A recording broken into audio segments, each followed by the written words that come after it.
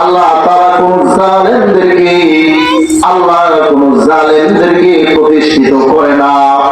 জালেম যেই হোক না কেন, একেবারে গ্রামের পাতি নেতা থেকে শুরু করে রাষ্ট্রপ্রধান পর্যন্ত সে যদি মানুষের উপরে জুলুম করে, আল্লাহ তাআলা ওই জালেমকে শাস্তি দেয়।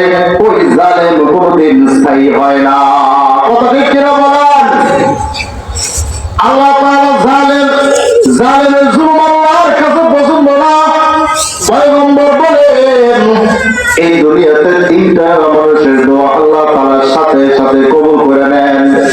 এক নম্বর হলো মা বাবা তার সন্তানের জন্য যদি দুইটা হাত তুলে দোয়া করে, মালিক আমার সন্তানকে বিপদ থেকে উদ্ধার করো, আমার সন্তানকে তুমি ধনী বানায় দাও, আমার সন্তানকে বিজ্ঞ আলেম বানায় দাও, আমার সন্তানকে নেক হায়াত দাও।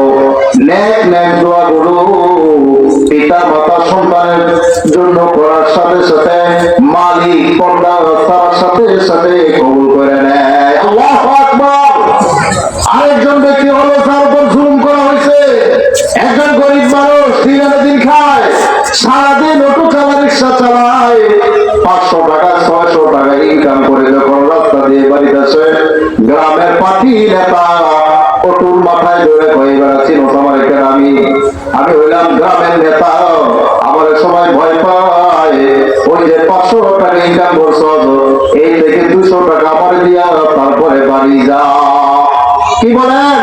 এবং পার্টি নেতা আছে না নাই বলেন? শুধু এখানে না বাবা, পুরো বাংলাদেশে আছে। আর সুযোগ নাই, যেখানে পার্টি নেতা থাকবে আর জুলুম করবে, ওইখানে সাথে সাথে জুলুমের বিচার আমরাও করে দিব। কথা ঠিক কিনা বলেন? আর কোন জালেম আমাদের মাথায় বসানো যাবে না। আমার কাছ থেকে 2 টাকা ঘুষ আর কেউ নিতে পারবে না। আমার কাছ থেকে আর কেউ সুদ খেতে পারবে না। আমার চাকরির জন্য 1 টাকা কেউ ঘুষ খেতে পারবে না। এমন ভাবে প্রতিজ্ঞাবদ্ধ হইতে হবে, তাই সমাজ সুন্দর, দেশ সুন্দর। আর নয়তো বাবা এত কষ্ট দিয়ে বাপের ভিটা বাড়ি বেঁচে লেখাপড়া করে চাকরি পেতে দেবো, এই দুনিয়া এত সহজ না তোমার চাকরি দিব।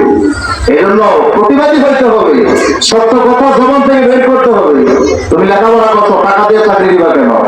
আমরা ইমামতি করি, 1 টাকাও মসজিদ কমিটির সভাপতি অথবা কাউকে ঘুষ দিয়ে চাকরি দিব না। লেখাপড়া করতে যোগ্যতা আছে, চাকরি এমনি হবে না হলে নাই। আর হবেই না কেন? লেখাপড়া করে আসছি না। তুমি আমার প্রতিজ্ঞা করো, আল্লাহ তাআলা ব্যবস্থা করে দিবে। কোন মেম্বার চেয়ারম্যানকে চেয়ারম্যান ঘুষ দিবেন না। বিচার যদি না করে তার ভাইয়া সোজা করে দিবে। পারবেন তো ইনশাআল্লাহ? এবং হিম্মত হইতে সাহস থাকতে হবে, তাইলে সব রান্নাতে কঠিন। আল্লাহ তাআলা বলেন, ইন্নাহু লা ইউফলিহুল যালিমুন।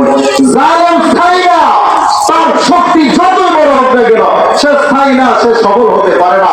তাহলে আপনি কেন দুর্বল হয়ে থাকবেন? আপনি কেন জালেমকে ভয় পাবেন?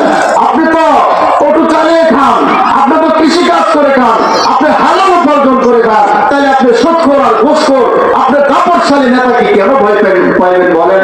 সে 24 ঘন্টা সুদ খায়, ঘুষ খায়, আর আপনি হালাল ইনকাম করেন। আপনার কিসের ভয়? আপনি বলেন আমাকে। যে হালাল খায় তার তো কোনো ভয় নাই, যে হারাম খায় তার ভয়। কি কথা ঠিক না?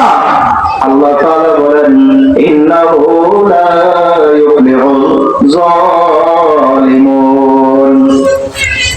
জালিম সফল হতে পারে না।